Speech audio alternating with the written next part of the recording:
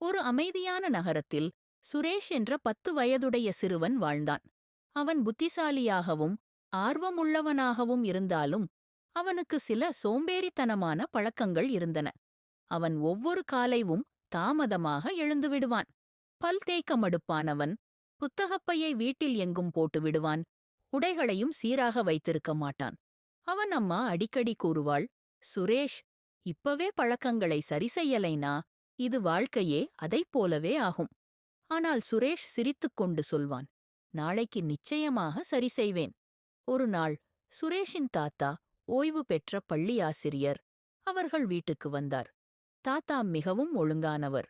காலை நேரத்தில் எழுந்து படுக்கையை ஒழுங்குபடுத்தி பல் தேய்த்து யோகா செய்து புத்தகம் படிப்பது அவரது வழக்கம். அடுத்த நாளே காலை 5:30 மணிக்கு தாத்தா சுரேஷின் கதவை தட்டினார்.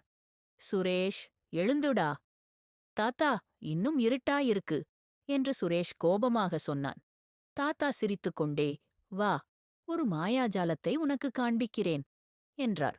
சுரேஷ் தூக்கத்தில் இருக்கையிலேயே தோட்டத்துக்குப் போனான். சூரியன் உதிக்க ஆரம்பித்தது. பறவைகள் கீச்சுகின்றன. குளிரான காற்று. தாத்தா மரங்களுக்கு தண்ணீர் ஊற்றி துல்லியமாக யோகா செய்து புன்னகைத்துக் கொண்டிருந்தார். அடுத்த சில நாட்களில் சுரேஷ் தாத்தாவுடன் சேர்ந்து அதையே செய்தான். பல் தேய்த்தான், படுக்கையை சீர்படுத்தினான், தோட்டத்தில் உதவினான். சற்று நேரத்தில் அவன் தன்னை வேறுபடக்கூடியதாக உணர்ந்தான். பள்ளியில் அவன் கவனம் அதிகமாயிற்று. ஆசிரியை அவனை நேரத்திற்கு வருவதற்காக பாராட்டினார். அவன் அம்மா வியப்புடன் கூறினாள், சுரேஷ், இது எப்படி மாற்றம்? சுரேஷ் பெருமையுடன், தாத்தாவின் மாயாஜாலம் தானம்மா. தாத்தா சிரித்துவிட்டு கூறினார், மாயம் இல்லை பாப்பா, இது நல்ல பழக்கங்களை தினமும் கடைபிடிப்பதின் சக்தி. அந்த நாளில் இருந்து சுரேஷ் ஒரு பழக்கம் பிடித்துக் கொண்டான். நல்ல காலை ஒன்று நல்ல நாளை தரும். பாடம்: நல்ல பழக்கங்கள் சிறியதாக தோன்றினாலும் அவை வாழ்க்கையை மாற்றும் பெரிய சக்தியாக மாறுகின்றன. இன்று துவங்குங்கள், நாளை உங்களை மாற்றும்.